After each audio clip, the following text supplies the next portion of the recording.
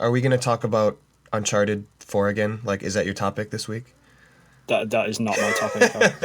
I won't rub it in anymore. I'm sorry, you PS3 peasants.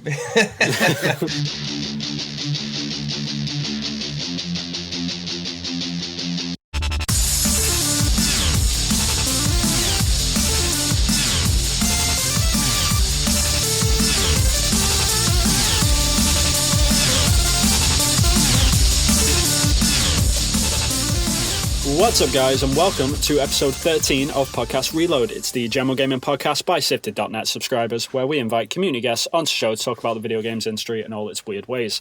I am your host, Vin Hill, and joining me, as always, is my co-host and fellow Japan dweller, Evan Piotrowski. Hello. And joining us as well is, of course, our community guest from Sifted.net, and it's a mod this week again, as we've had a good flurry of them so far. But this week, it's GameBaron is joining us. Hey guys, how's it going? Yeah, we've. I don't think we've got any mods left to have on the podcast. Like we need to get the last ones in, wrangle them over. You know, I don't actually think we've got any left.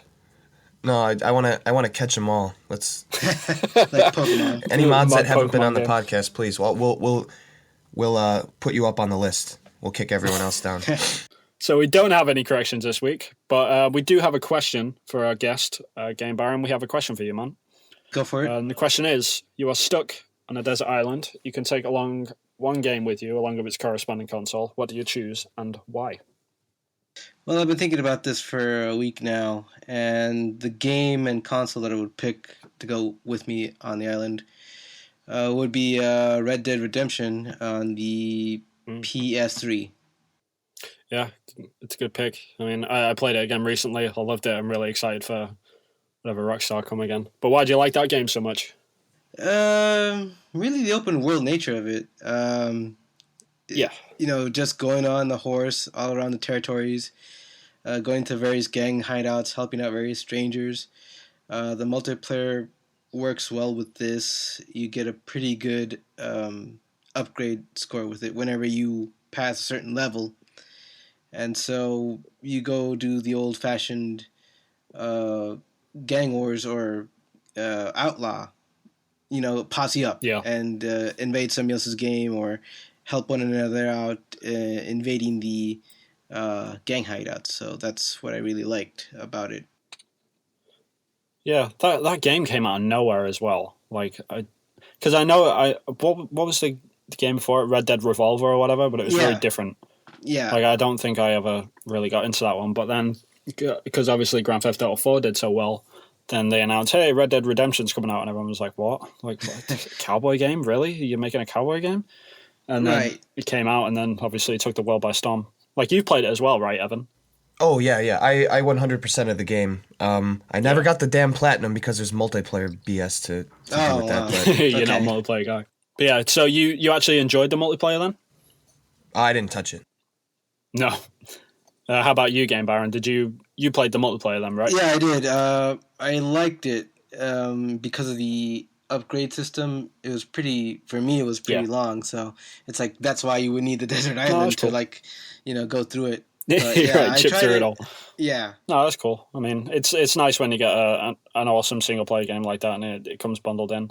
Like, we'll talk about it a little bit in a minute. Like what I've been playing this week, but Uncharted 4 has got like a really, really good sort of multiplayer section to it. I wasn't really expecting it, but it's actually it's quite a lot of fun. So is it like Last of Us multiplayer? Have you played that? Yeah, it kind of is. I mean, with Uncharted 2 and 3, they had multiplayer as well, but it was a lot more like arcadey and over the top, and it didn't really have any substance to it.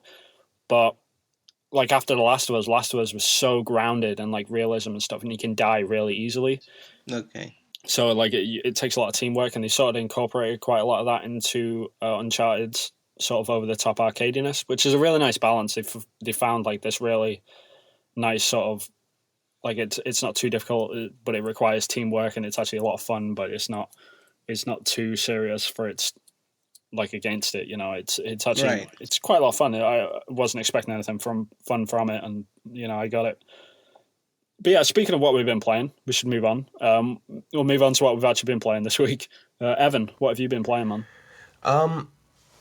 I've been playing I want to. I did it again. I want to say Mass Effect, Mirror's Edge.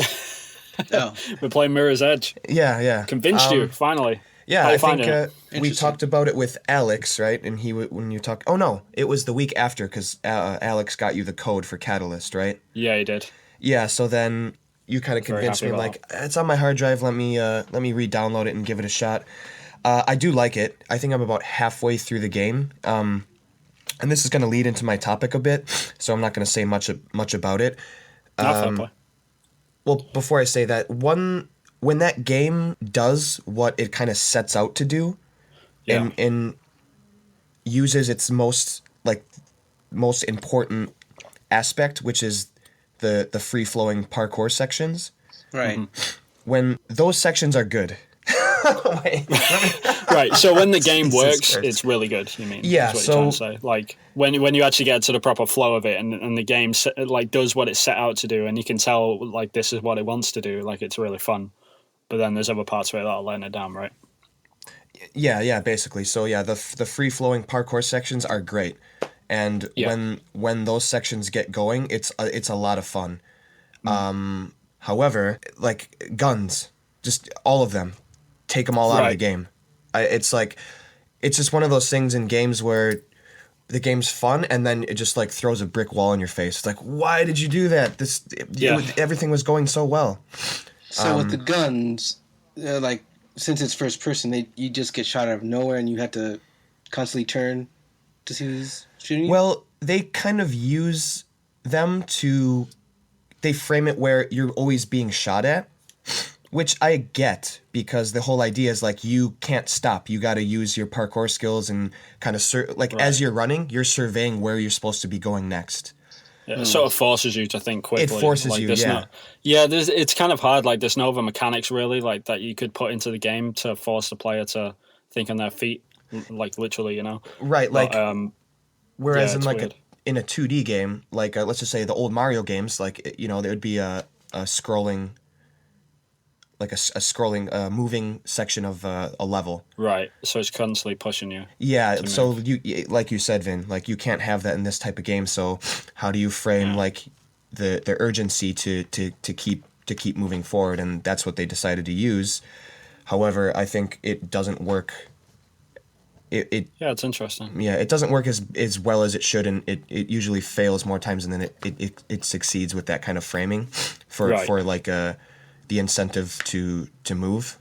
Oh, But fair enough. we'll actually talk about this a bit later in my topic. But Are you like prepared to finish the game now? Like, are you yeah. in for the long haul, or are you gonna? oh no, I'm going to finish the game. When the game's good, the game is really good. It's a lot of fun. Right. I like the parkouring. I even like when the game kind of stops and you have to survey the field and figure out how to get somewhere. Usually it's when you have to Right. think vertically and not necessarily Yeah. forward motion. So it's like, okay, it reminded me of the first Prince of Persia for the PS2. Yeah, that's a good point. Okay. Where like, you get into a room and it's like, I'm at the top, I have to find a way down, or I'm at the bottom, I got to find a way up. And so you kind of slowly piece together this puzzle platforming section. And Mirror's Edge also has those sections as well, and I really like that stuff as well. So the game isn't just about moving quickly and not stopping and chaining together like really cool parkouring stuff. There are sections where it slows down. You got to kind of figure out how to move through a section or get up into a vent and stuff like that. And I enjoy those sections too. But yeah, I will finish the game. Didn't really get I could have finished it today. I didn't really get enough time to, but yeah, it's good. I like it. Oh, fair play. Cool. How about you, Game Baron? What have you been playing? It's either I have two games, but if it's gonna be one, Metal Gear Solid 5. I only have a PS3 at the moment, but that's Oh the God, game not that- you as well. Oh, this is great. It's two of yous. Oh. Finally, But yeah. it's 2 against 1 the other way. Yeah, Metal Gear Solid 5 is like the only one that I've been playing. It's mostly been the story missions. I don't know why, but I haven't really played the multiplayer and invading anybody else's base. I don't know why. It gets tedious. Like that stuff just infuriated me on on my playthrough. Because you'll be building up your base and stuff, like not wanting to really invade anyone else or do anything. You just want to build up your base, Right.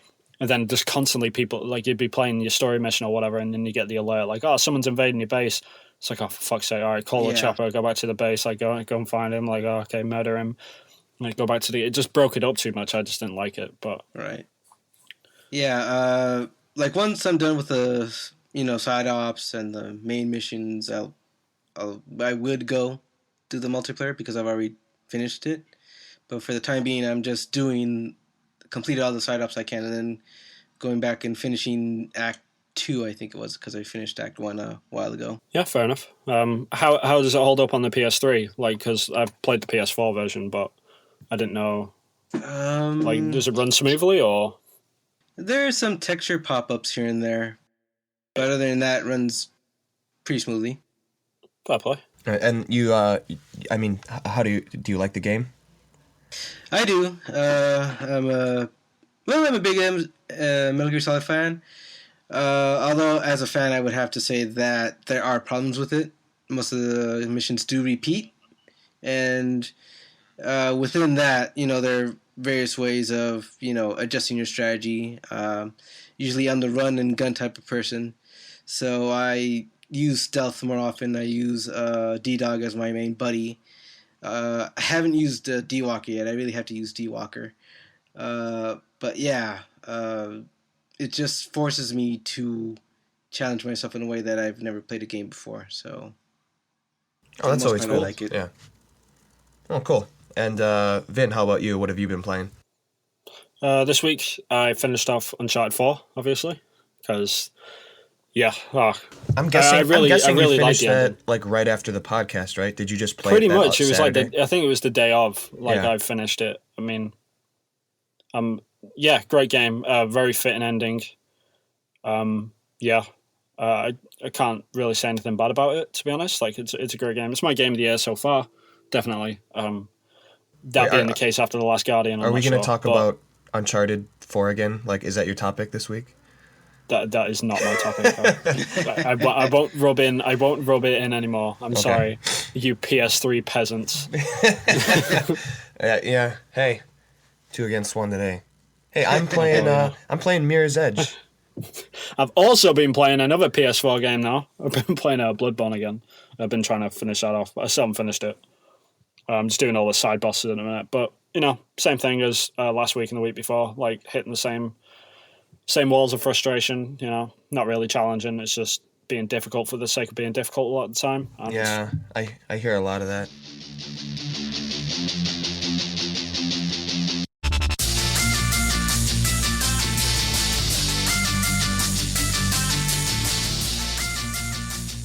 But yeah, we should probably move on into our main section of the podcast, which is, of course, the small three. And in the small three, we each take a topic that we want to talk about, and we discuss it for 15 minutes. So, to kick us off, as always, is our guest, Game Baron. What is your topic of this week? My topic is creative freedom versus safe standard. And basically what that is throughout the course of video games, in terms of narrative or game design perspective, there's always a change to kind of appease a certain demographic. Some stuff was pulled out here and there. For example, with Street Fighter V, the Aramika butt slap, the animation, they took that away. I remember that. That was cut out, right? Yeah, they Ono stated that we don't want to offend anyone, and to make the game as open to everybody as possible. So there's that. And the second instant was the Tracer pose from Overwatch that was taken away. Thing, that was taken away due to her quote-unquote suggestive pose, because somebody brought that up on the forum. It was replaced by an even sexier pose, though, I would argue. I think the exact same thing, yeah. Yeah, the newer, like, I think that whole thing was kind of funny, in my opinion. I don't know if they did it on purpose. I don't like, no, you're right. No, yeah, it's definitely like too sexual. We'll take it out. We promise. Like, we'll put a new pose in. Everyone's like, oh, okay, thank you. It's good that you understand. Yeah, no worries. And then they come back with this even sexier pose. So I think that might have been a joke, but at the same time, like, it could have been innocent. But Right. Yeah. So what it comes down to is that should they risk their own creative freedom and like during the planning process to say, oh yeah, this is a good fit, but we need to think about what would happen if we introduce this animation or this character look, see what our audience is going to say. At the end of the day, it's a business where they want, the publisher wants the developer to make out a good game that everybody can play. However, as a developer, one would think, well, I need to create something that, really sets us apart from everybody else, even if it does risk a little bit of controversy here and there. And ironically, controversy does tend to generate more sales. So Yeah, like preemptive censorship is weird to me. Like for me, it's just like if you're a creative person, you want to make something, like put it in. right. Like if it gets stopped at the gate by the SRB or whatever, like or whoever else is going to stop it, then that's when you take it out. Like I don't think anyone should take it out beforehand. If they're worried. Sure, If yeah. you've got a vision, then you should use it. But like, how do you feel about this though, Game Baron? Same as you, as a creative person, just put it out there and wait until the higher body says so. I mean, in the case of Street Fighter V, they did this internally, but in the case of Overwatch, somebody had to actually call them out on that, and so it's a weighted issue really. And for me, if I was a developer, I'd say, okay, I'm going to design it this way and release it this way until, we get back our issues from the ESRB saying to change it. And probably just put it back in as a DLC if people wanted it. That sums up my feelings. Yeah, it's weird. Like I've got a really strange perspective on it because obviously, like the game that we're working on, like at my studio right now, is South Park.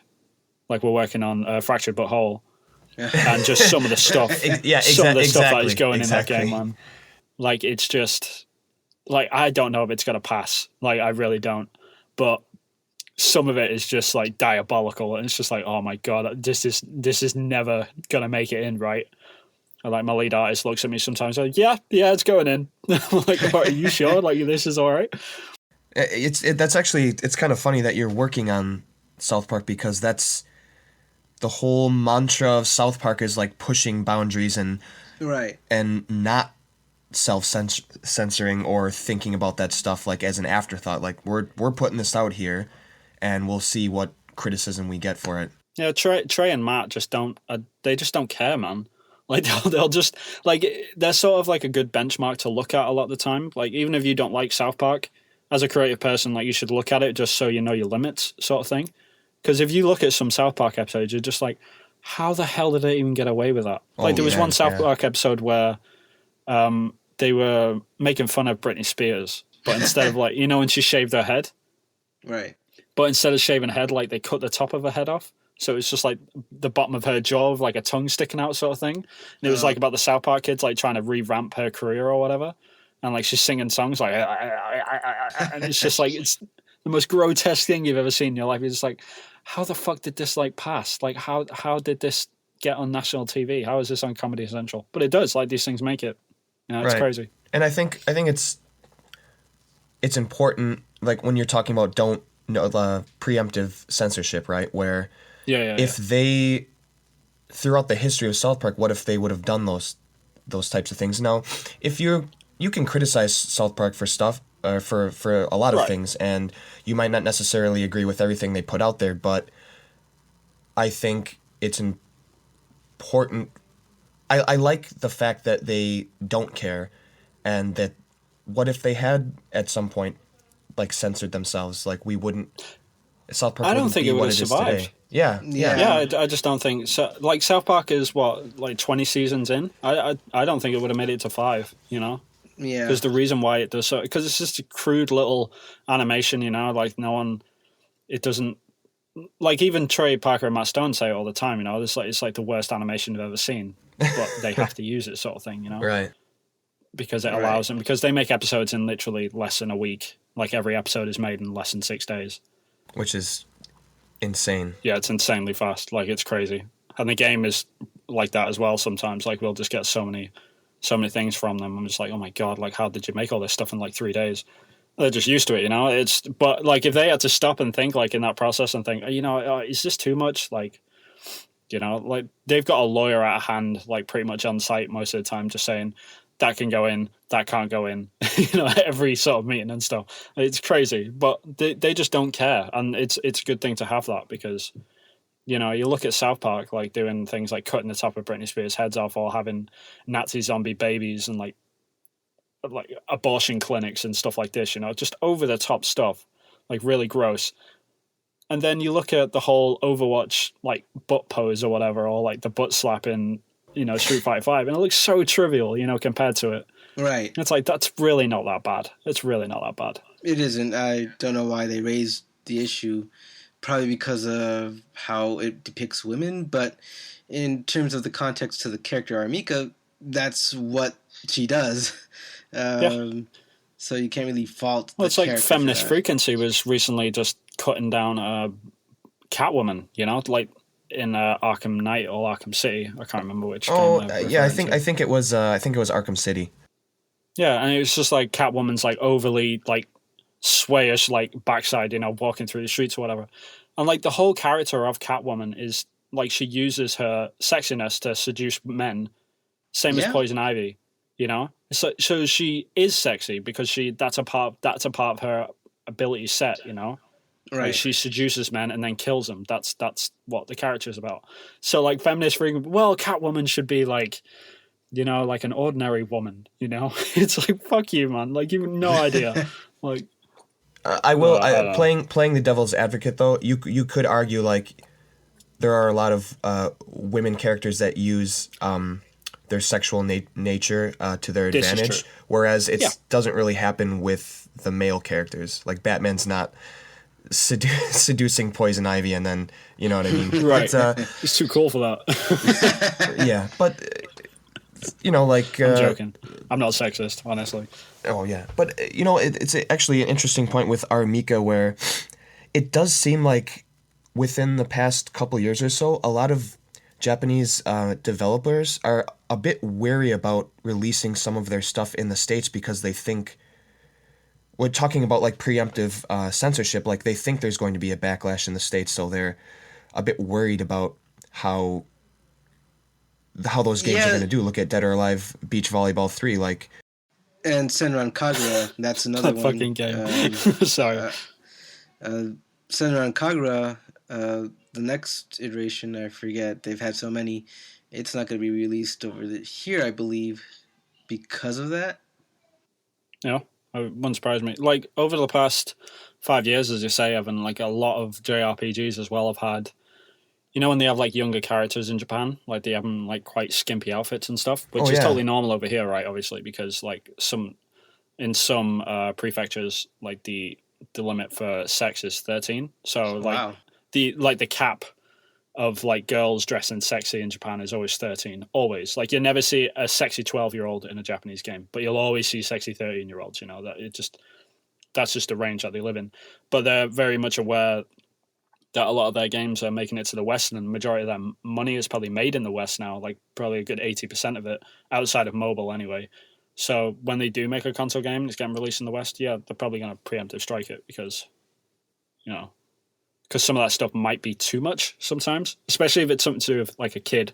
Like, I've got if it's like a consenting age, then, you know, I've got no problem with that. Like, you can be as sexy and be as dull as you want, you know. It doesn't bother me. It doesn't bother a lot of female gamers as well. Like, every female gamer that I've spoken to, it's like, nah, man, sexier the better. Like, I want to be like an empowering, sexy woman.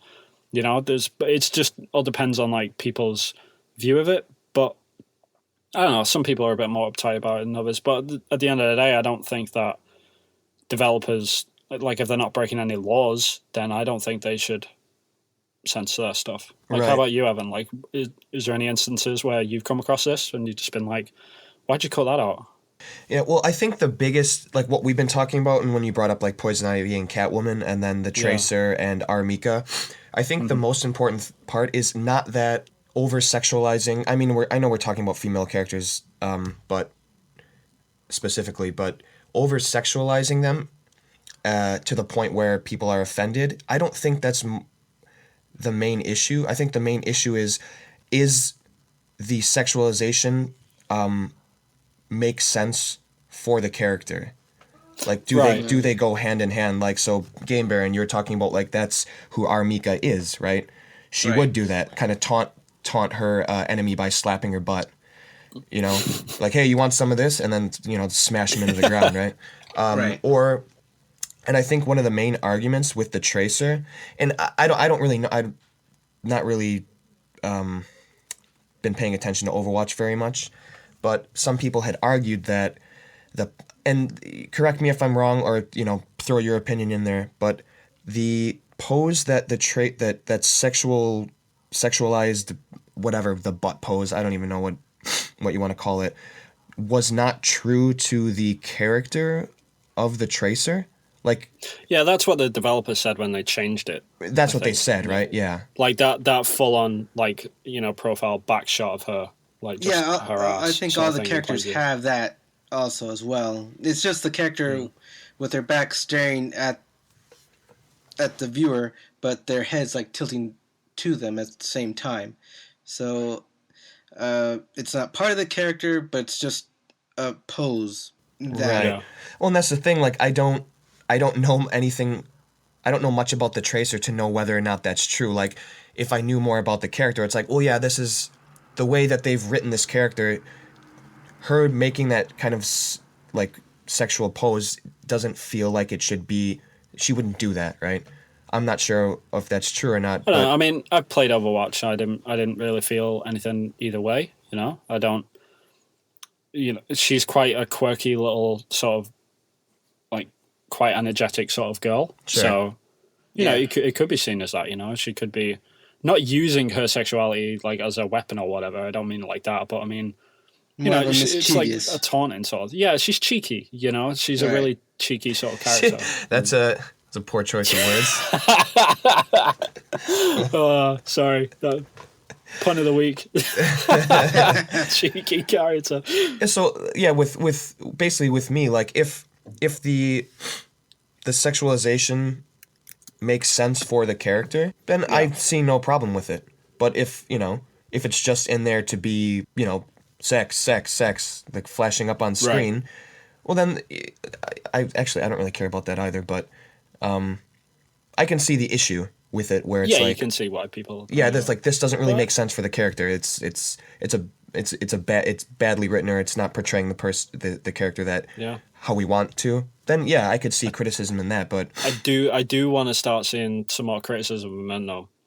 It's annoying that it's always these women issues, like whenever a new God of War comes out or whatever, and like Kratos has built like a backwards triangle, just like, whoa, I'm buff. I've never been to a gym in my life.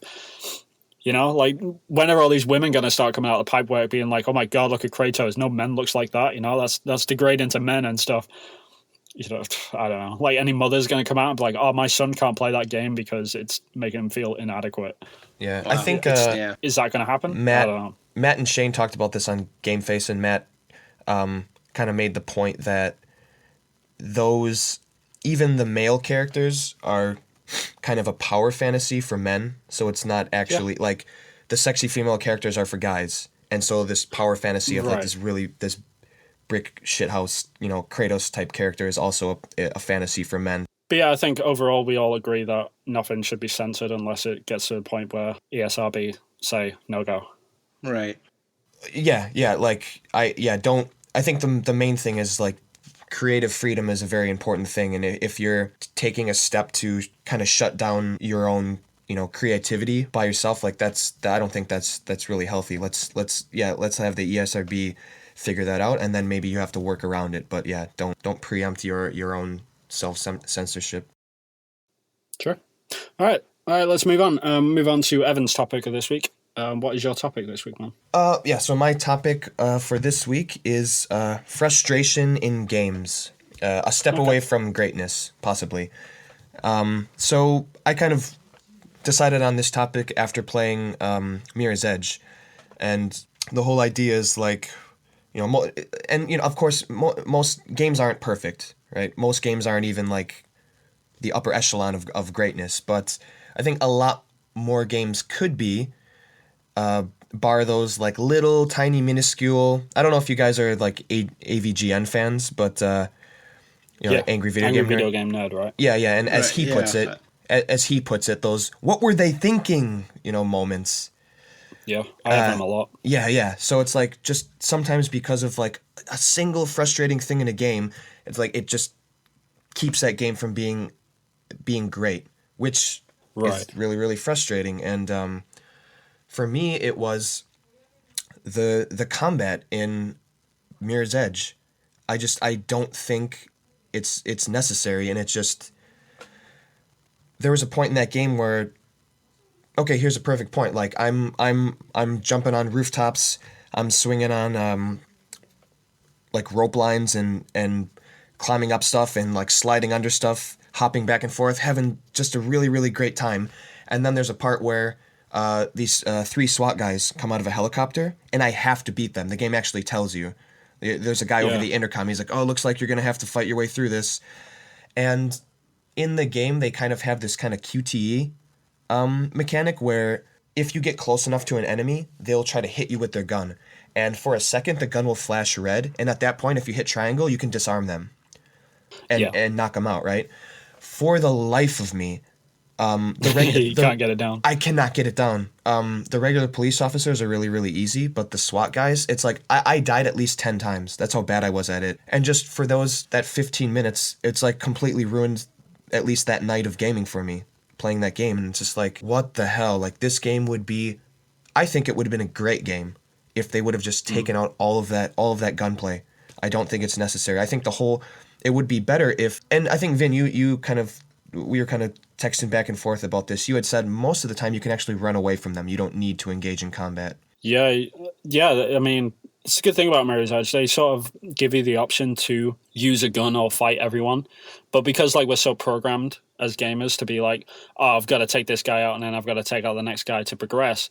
So it's not actually the case in Mirror's Edge a lot of the time. You can just literally run past them, and there's actually an achievement for finishing the game without shooting a gun, I think. Yeah, So there isn't it. There is. There's a trophy for that, and I got so frustrated because I got to a point where I was like, "Fuck this! Like I'm not playing just picking this." up a gun. So I got through like 4 chapters without using a gun, but then I got to a point like I had to. I was in a situation where I had to fight my way out. I couldn't do it, so I said, "Fuck it," and I just took the gun. I started shooting everyone, and I hated myself for it. But yeah, and so that was my experience this week where there's this one single frustrating thing in this game that's just keeping it from being what should be a great game. Yeah, So, I think they're rectifying a lot of that in Catalyst, maybe. yeah, which like I'm with- excited. I'm excited to see. I did read some articles about how they. I think a lot of people said the same thing, right? Like there's Yeah, I think the same, because now that you're saying it, because the game came out back in 2008, I think was when it came out. wow, was it that So long ago? it's good. Yeah, it's good. 8 years old now, almost 9. So yeah, like now that you're saying this, it brings back a lot of memories of all them articles. Just why are there guns in this game, and stuff. I mean, it's a valid point now. Yeah, and I think maybe they're trying to give like people who like FPSs like kind of an option, like hey, let's throw some guns in as well. But Yeah. Well, it's DICE at the end of the day. Like, yeah. I mean, they make so many Battlefield games. Like, how can you just go from that to making a parkour game and not put guns in it? Like, you've just got to, you got to drag along your demons with you in some capacity, I guess. And that was one of theirs. And some of that stuff is like hindsight, but I just think like the parkour mechanic, the main mechanic of the game, is so strong that addition of the gunplay is totally unnecessary. So I guess I'll throw it out to Game Baron. What game or games like that you've played could have been great if not for like a single frustrating thing? Anything come to mind? Well, the only thing that comes to mind, back to Metal Gear Solid 5, is that they put too much emphasis. I'm sorry, on the upgrade system. Like they give you all these weapons at your disposal, and it's weird for a game that that's constantly changing things. Is wanting you to take a silent route, but then you get rocket launchers and machine guns. that do the opposite, even though you constantly farm out for personnel to, you know, to Fulton back to Mother Base. Right. It's that one thing that made me think, you know what? Why it's a hassle. Why am I spending so much money on all these other weapons when I could just use the ones and when you take a weapon away from a soldier, you don't really get it. Like, you take the weapon from the soldier and then you go back to Mother Base, you can't even upgrade that weapon. It's a weapon that you have to buy from their system.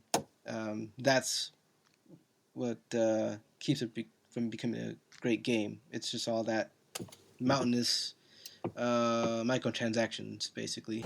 Yeah, well, like, I think with Metal Gear Solid 5, from what I've heard, like, that game has so many moving parts, and it's like, there's almost, and this is weird, this is totally, like, person to person, but, like, there's so much freedom that depending on, like, the type of gamer you are, it might bother you. Like, Vin, you were saying... Right, too much freedom. Yeah. Well, I was, like, Vin, you brought up, like, we're kind of programmed to do specific things in games, or I thought, like, I needed to fight all these police officers in Mirror's Edge, right? When I could have just run away. Yeah, and it's just like, you're that type of gamer, it's like, well, I want to stealth this game, but it bothers me, like, there's a rocket launcher just sitting there that I should use, but I don't want to use because I want to stealth it. So, yeah, it's like, it really depends on, like, some people, that type of thing doesn't bother them, right? But for other people, it could be like that one thing, it's like, I want to use I want to use this awesome gun I just got, but I can't because I want to stealth it. Yeah, I mean, I played all the way through Metal Gear Solid 5 completely stealth. Like, I didn't use any heavy weapons, you know. I didn't use a sniper rifle. I didn't use rocket launchers. I didn't, like, there was a stupid amount of vehicles. Like, I never got in a tank sort of thing, you know. Did that bother you, that, like, that you weren't, like... Kind of. Yeah. I mean, like, when I go and look at videos online or whatever of, like, people playing Metal Gear Solid 5 and like, hey, yeah, I'm doing this thing in a tank, and I'm just like, well, you can get in a tank? Like, I just don't even... It's like, why is that even in there? Like, it's a stealth game, you know? Like, you're trying to get through Afghanistan or whatever, like, without being seen, and then they're like, oh, you can man this AAA if you want, like, this AAA anti-aircraft gun, you know? It's like, why? Why is that in the game? On missions where, you know, there's a helicopter, how do you... Well, like with me, I would either buy like one of the higher caliber sniper rifles that will take down a machine like a tank or a helicopter, or, you know, I'd have to ask Mother Base to send me down a rocket launcher in order to take it down, because part of those missions where you have to eliminate the tank unit or to eliminate any other foe, there's almost always a helicopter, and you constantly have to switch your... How do you deal with that? All the missions which had helicopters, because the helicopters actually do rounds, and then 9 times out of 10, I think they land on the ground. Right. And, like, if you can learn the pattern of where they land or where the helicopter thing is, then you can actually put down, like, these mines that, like, electrocute vehicles to stun them.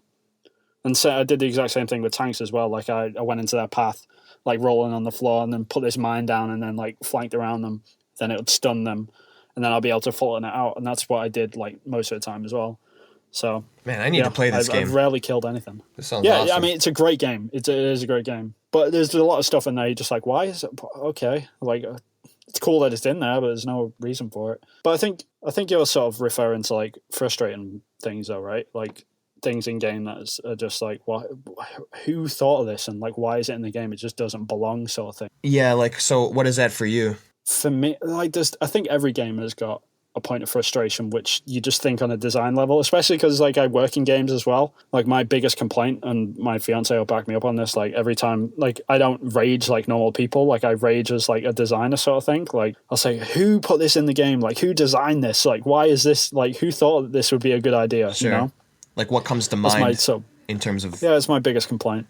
But every game's got one. I mean, I've been playing Uncharted 4, and that's even got them. I mean, the fact that it takes 3 melee hits to put someone down in multiplayer is ridiculous to me, because you can't, like, sneak up behind people, and if you do, then there's every game's got them. But Bloodborne has got numerous ones, you know, just the whole part where like some animations have to finish before you have to start another one. Oh, the canned So animation the stuff reaction drives me nuts. Yeah, canned animations. It's just who thought of that? Who thought that would be a good idea? So many Japanese games have those arcadey, style canned animation stuff.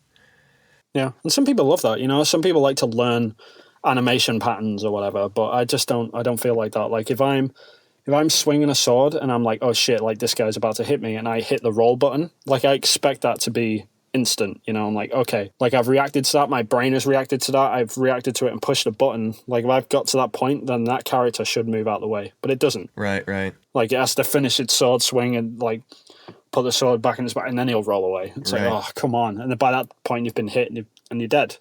Because your reaction's fast enough, but the game isn't. And it's that level of frustration, which... Yeah, that's annoying. Another game that comes to mind for me is, which I recently played, was Twilight Princess, where early in the game, when you're not able to switch from Wolf Link to regular Link at the tap of a button, where you kind of like are forced to be Wolf Link for specific sections, you have to go into 3 separate areas, and there's like a guardian of the area, like this light being that got its light stolen from it, and the light is like kept in these little like bugs. So you're kind of stuck in this section, and you have to find all the bugs and kill them to release like the soul of this light creature. In the original game, in the GameCube, in each section you had to find 16 bugs, and so they had the chance, and like it brings the game to a halt. You're just like, and you're like kind of moving along. It's like, oh no, you're stuck here. And now you have to, literally go on a bug hunt, right?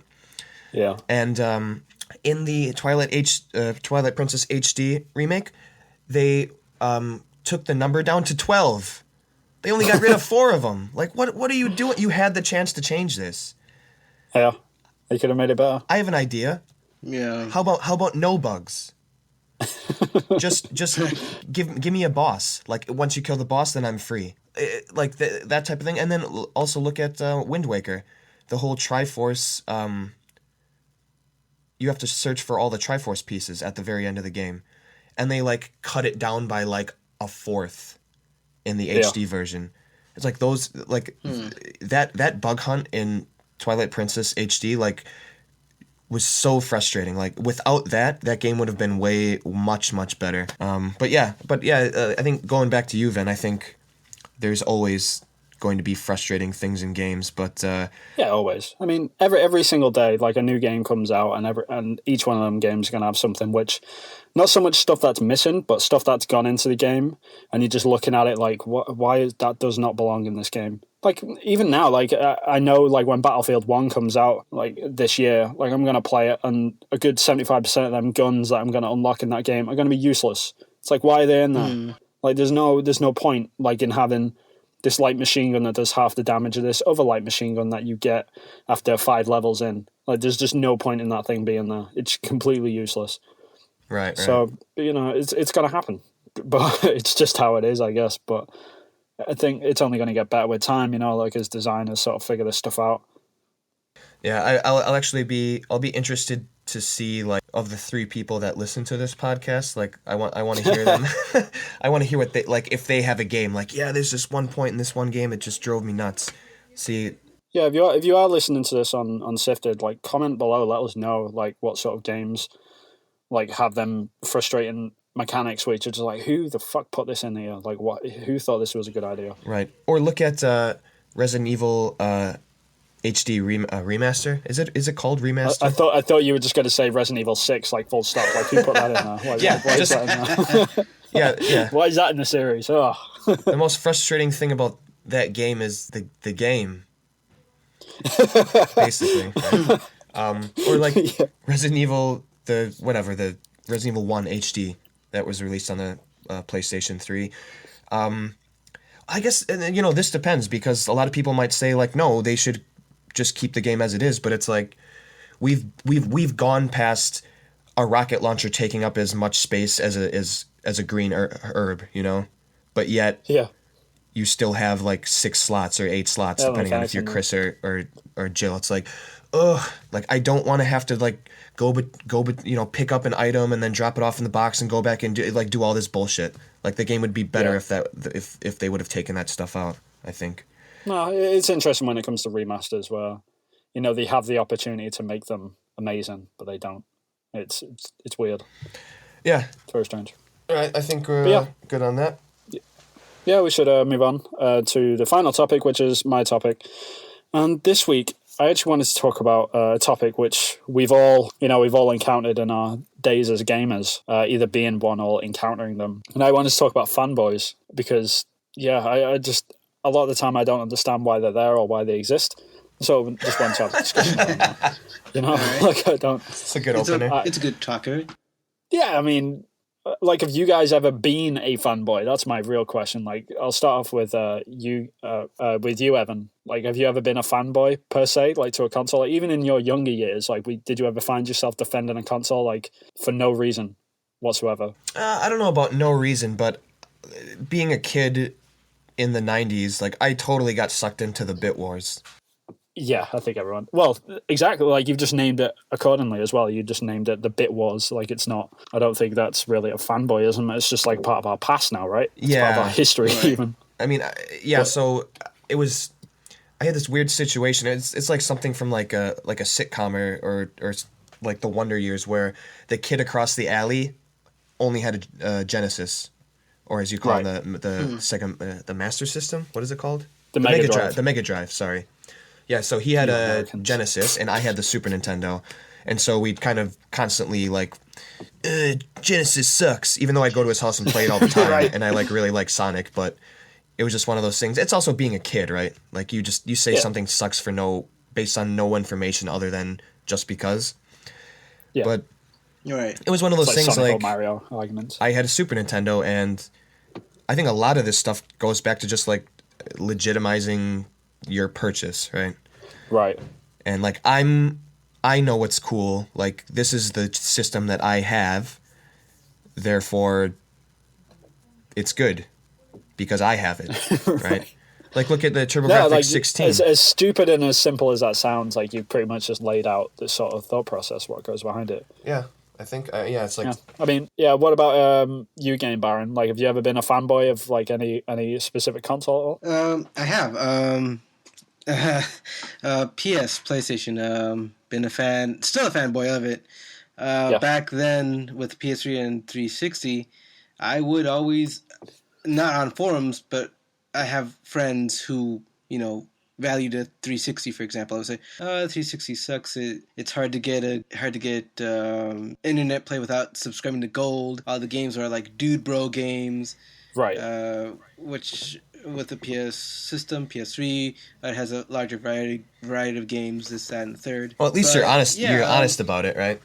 Yeah, no, definitely. Yeah, I mean, this is what I want to hear. This is great. I mean, I'm coming from last gen that I had a Wii 360 and a PS3. Now I just have a PS3 and a Wii. Now that I have grown older, it's like it's rather pointless. It's like debating which team is better in any sport. But I could see why consoles are, like that.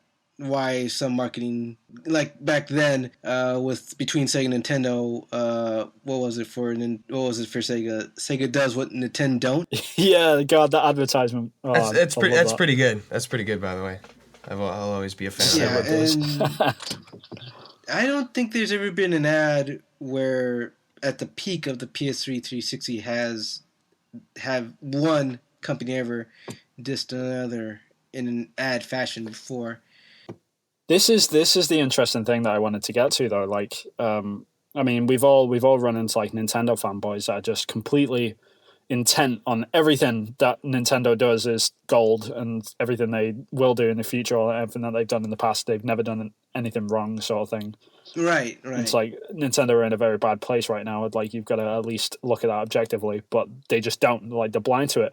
But the interesting thing about that with Nintendo, and I would say the same extent for like the PC platform as well, like the manufacturers and the companies don't actually promote that way of thinking. It just exists. which is really strange to me. I mean, especially with Nintendo. Nintendo are the biggest one for me, because I don't think Nintendo have ever come out and just openly been like, Nintendo is the best system ever, you know? But a lot of their fans like have that mentality. That is a really, really good point. And I think it's really interesting. That's partly because like Nintendo has built the brand up so much. Like you know, like Mario, like everyone knows Mario. Right. Everyone recognizes Mario, and it's just become this massive brand that people will stick to no matter what. Where Sony is like, well, yeah, Sony, they make TVs and, you know, they don't make Walkmans anymore, but... they did. Yeah, they did, right? It's just this weird thing. It's like Disney or something where it's this massive brand thing that people associate with, and it actually has like a manifestation in their characters, whereas I don't think that Microsoft or Sony really have that thing. No, I don't think. I don't know if it's because they're not too young, but that might be it at the same time, you know. Because I think PC is so established now, and obviously Nintendo have been around for 30 years, like in the games industry space. I mean, you know, that's got a lot of weight to it. So yeah, I mean, and also look at like Nintendo is Mario, Nintendo is Zelda. And I think that's the proof's in the pudding, where like Nintendo released Amiibo, right? No one uses those things. They just buy them and put them on a shelf. Yeah. Yeah, I remember that. Like the brand is so strong, and Sony and Microsoft don't have that. I mean, you can argue about what Sony or Microsoft is, but the easiest one when you think about a company, it's like Nintendo is those characters. And I think that's one reason why people become fanboys, because they can like attach themselves to this thing, this character, this company. I think it's a bit easier. Yeah, it's really interesting to me, because like I've never stuck with one platform. Like I'll defend a platform if it's doing well, and someone tries to just put it down for the sake of it being for it doing well, you know, like I'll defend PlayStation any day of the week right now, but that wasn't the case last generation. Like at the start of the PS3 generation, there was people actively like trying to defend the PS3, and it was like the PS3 is in a really bad place like right now. Like when it first started out, like the price was terrible, it didn't have many games, like every game that was coming out on that single cell processor was just a bag of shit. It really was. Like Skyrim is still unplayable to this day on the PS3 from what I've heard. But there were people at that time, right? Blindness. They were defending it. Yeah, exactly. And I mean, and the same thing will be going now. Like, there's a lot of people out there that will be defending their Xbox One, saying, "No, this was a good purchase and stuff." I mean, and it's great. You know, it's great that they're enjoying their console. Like, I should never dog that down. But at the same time, it's very odd when people are blind, you know, to a lot of the stuff that's happening. I mean, I've never stuck to one console ever. My first ever console I ever got was probably a Sega Master System, and then I got a Genesis, and then I switched over to PlayStation 1, like, some years later. Like, I had a Dreamcast, then I had an Xbox One, and then an Xbox 360, and now on PS4, I had a PS2 as well. It's just like, I jump wherever the games are, sort of thing. Yeah, you have. And I think a lot of gamers do. But it's just a really curious thing when people are just like, no, I am locked into this one system, and this is going to be me from now until the day that they put me in the ground. Right. Well, I mean, being a fan of something is not a bad thing. You know, I think... No, not at all. You know, but fanboy is definitely a pejorative. Like, it doesn't have a positive connotation. And I think part of that is, like, the reason fanboyism is bad is, like you were saying, like, you can be a fan of PlayStation, right? But if you're not able to criticize the thing you're a fan of when things are bad, when the criticism is deserved, that's when it's a problem, because you're just being blind to the problem, and you're not seeing it, or you're not forcing yourself, you're not opening your eyes to those problems. Well, right? the first point, like 101 of psychology, the first rule to fixing a problem is admitting that you have a problem. Exactly, yeah. That's true. Yeah. You know? And like I hate to use Nintendo a lot, but they're sort of the active one right now. But right now there's just the blindness of Nintendo fanboys. It's infuriating. It's hard to have a conversation with someone like that, because it's just, they're so oblivious to the fact that Nintendo could be doing so much better. And that's like what the average of the gamer sees, the ones that aren't fanboys saying, they could be great. They could be doing this, they could be doing that. But then the fanboys are sort of doing more damage than good because they're saying, no, they're great, they're on track, they're doing well.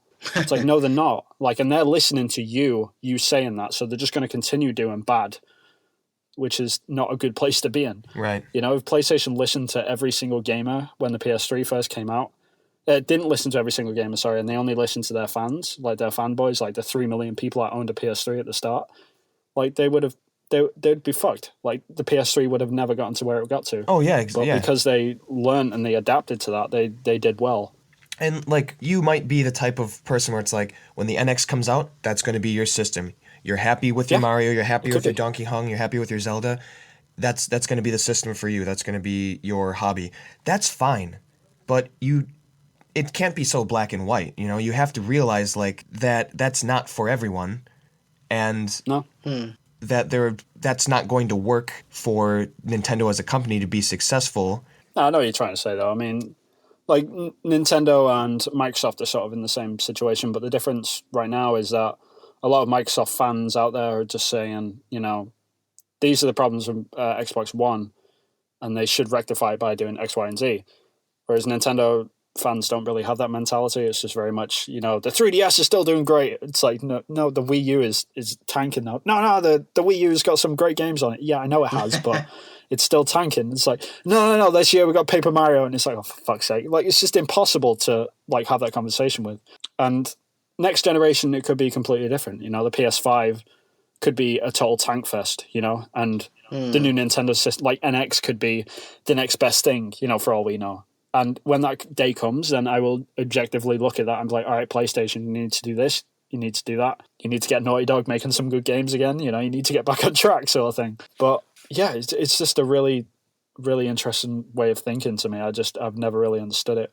Would you say fanboyism also stretches not only from, console, console manufacturer to developer/publisher issues around fanboyism? I wouldn't say it spreads too much because developers and publishers are always just going to follow the money. That's just how it is. I mean, they're a business at the end of the day, and you can't snigger at that. Like even Naughty Dog are a business.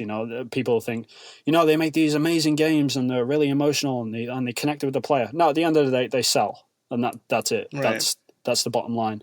And Nintendo think very much in the same way, and that's why there's probably a lot of changes going on at Nintendo right now. And I think the NX is going to surprise a lot of people just because they're reacting to them changes, and maybe not in a good way, like to them, but to Nintendo, it's it'll work for them. I mean, look at Konami. Look what Konami have done over the past 2 years. They ditched their AAA development studio. They're holding on to all their IPs. They kicked off Kojima, which was just like shocking. Right. But now they switched to mobile. They're more profitable. So can you be angry at that? Not really, because they made a smart decision.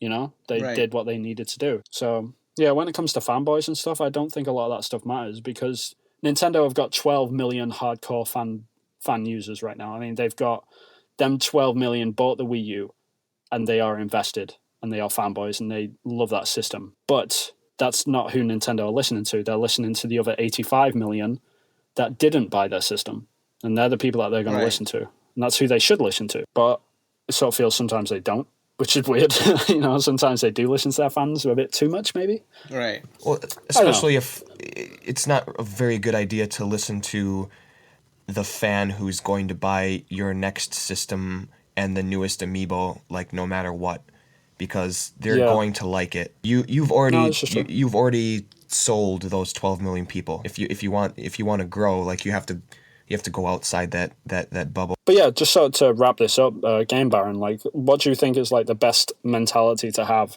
like as a fan of any system, or like just as a gamer in general? Like, what's the best sort of view to have in your opinion? In my opinion, it's really more to respect the other fanboy to console ratio. Like I said, I'm a big PS Sony fan supporter. At my current age, like I'm willing to say, I respect my friends who like the Xbox brand a lot.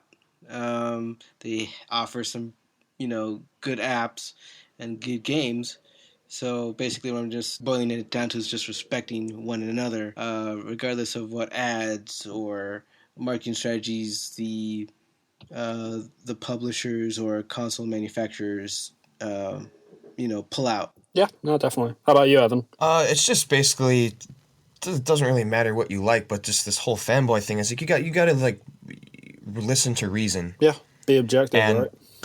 yeah, be as objective as possible when think logically about anything, right? So when you have a conversation with someone about a certain console or Sony versus Microsoft versus Nintendo, just like look at the facts, look at the numbers, like form your own opinion, but you just getting to that point where it's difficult to have a conversation with someone because they're just not thinking, they're not looking at the situation objectively. Yeah. That's when it's a problem. So you just listen to reason, think logically about the stuff, have a conversation. Because a lot of times with fanboys, you can't have a conversation. Right, yeah, I think that's my major point. It's just like how blind like certain fanboys are, especially like in PC as well. I mean, there's a certain point. No, resolution is all that matters and frame rate. It's like not always. It's like no, it is. It's like all right, enjoy Uncharted 4 or don't sort of thing. It's like this horrible, like just narrow mindedness to the whatever platform you logged into. Like it's never a good thing. I don't think, especially when we all want the industry to grow and become something much better. I mean, it's always good to have competition, though. That's the only thing. It's always good to have that, but just not too much at the same time. Because, like I said, the first step to fixing a problem is admitting you have a problem. So if you can't see that, then Exactly. you will just be in a padded room in a mental asylum, banging your head against the wall, singing Mario tunes. When you start any conversation, you can't just say "fuck you" full stop. Yeah, because that's not. Yeah, it doesn't work. That doesn't get you anywhere, right? Yeah, definitely. Right.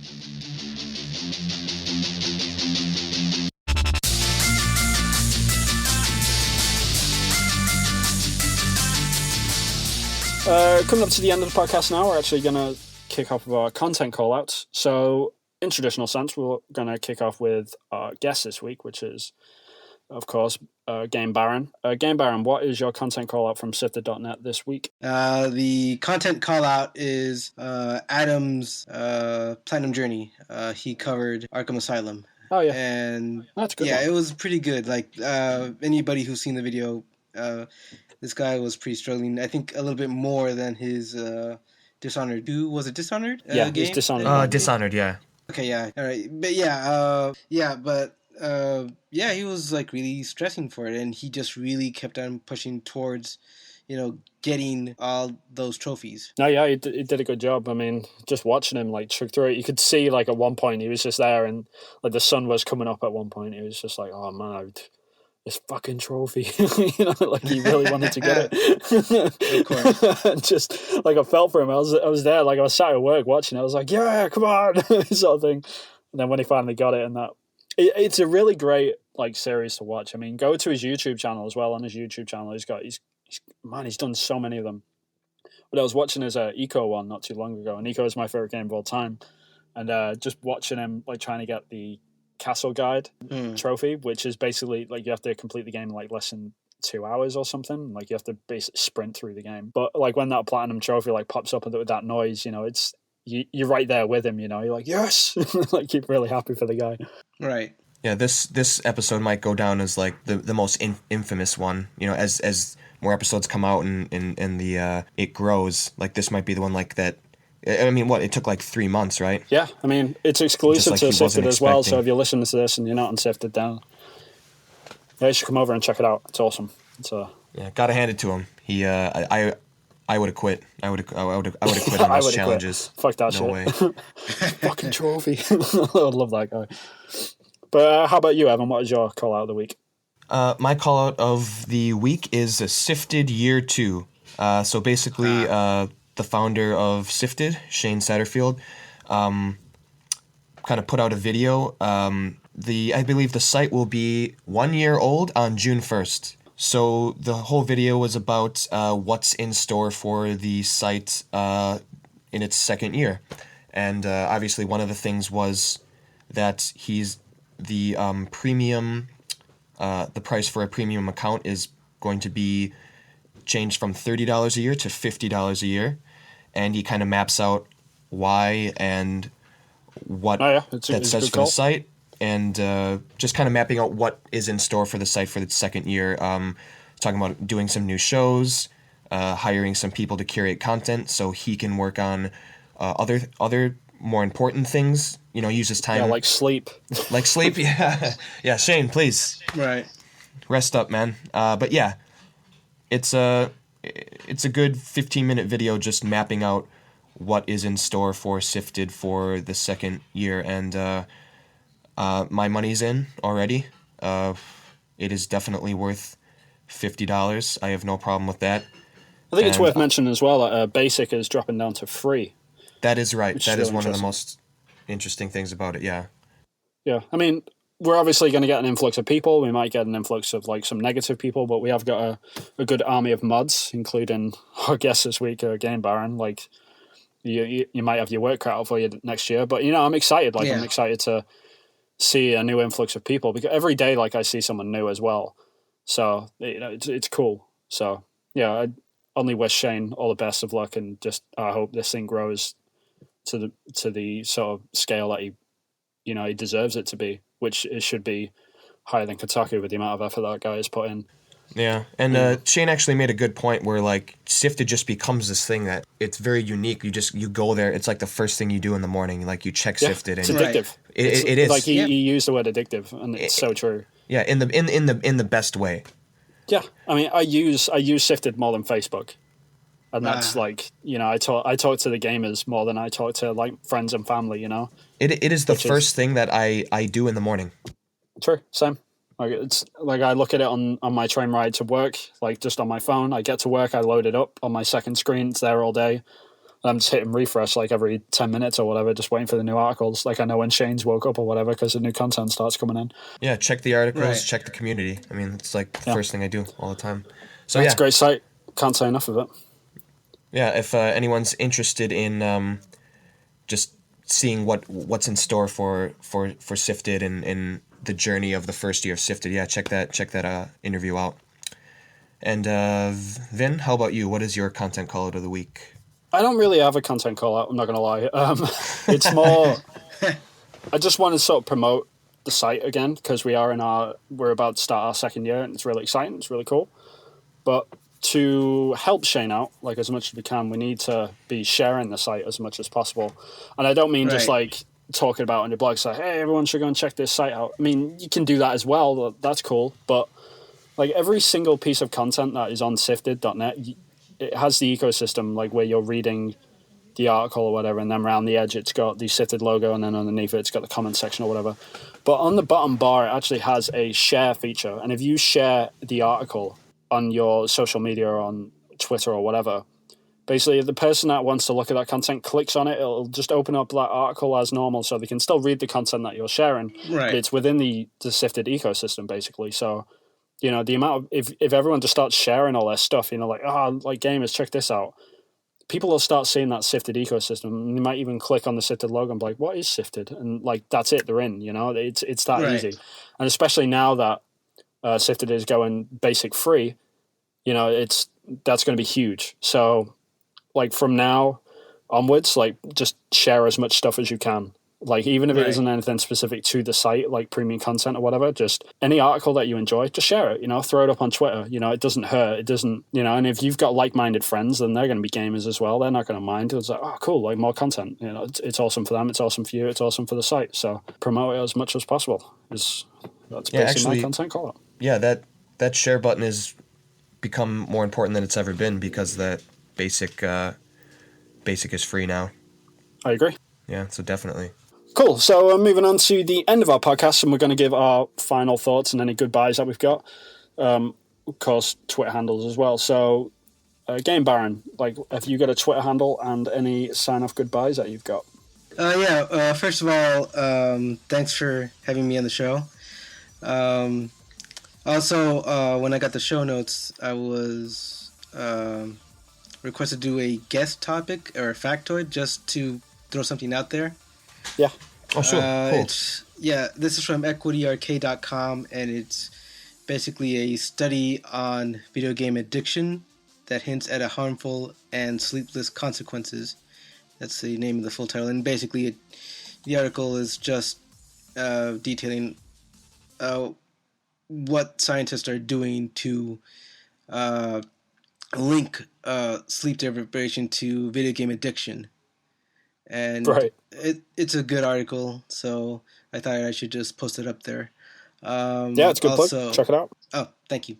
And also my Twitter handle is at MediaBaronLLC. And yeah, that's it. Just for everybody listening to what Vin Hill says, just share the like button. Brent, Matt, Shane, they all are looking forward to more people visiting the site because they need people like us in order to make the site more powerful, basically. And you would get all the great shows like Platinum Journey, like Game Face. The game evals are just the better, and it's a biased way of me saying something, but it's a more fair, game review than any other site that I've read. Podcast Reload. It's a great way for community members to hear what is on our minds in the industry. So, again, I encourage everybody that's listening to this to partake of all the great offers that Sifted is getting to you guys. How about you, Evan? You can get me. Jesus Christ. I need Evan's hungover, probably. Monster Energy. Hangover isn't going away. You can find me on Sifted at the Stand User, Giant Bomb, and Twitter as well. Same. How about you, Vin? Cool. Yeah, you can find me on Twitter at VinHillArt. You can find some of my finger paintings on there from time to time. Been doing a bit more 3D modeling recently, so if you're into that, then I'll be posting up stuff about that as well. But yeah, other than that, you can obviously find me on Sifted, which I'm there most of the day. You could even say, like, I'm not even there most of the time. I'm there most of the day. But yeah, we're always on there talking about stuff. So yeah, come and join us in the discussion. If you do want to be on the podcast, like Game Baron has been on today, all you have to do is message Evan on the site. So at the Stand User on sifted.net, just message him, letting him know what microphone you've got and when you're available to come on the show. I think we've got about a month waiting list at the minute, but it's first come, first serve. So get your name in ASAP, and we'll get you on the show as soon as we can. So yeah, other than that, I just want to say thank you guys for listening, tuning in every week. We really appreciate it. If you've got any topics or like any comments or any suggestions, like, feel free to comment on either Sifted or at one of us on Twitter, and we will get back to you as soon as we can. But yeah, other than that, thanks a lot for listening. We'll catch you guys next time. See ya. Sayonara. We'll see you on Sifted. See you later, guys. Bye-bye. I'll see you at WrestleMania. That's a good one.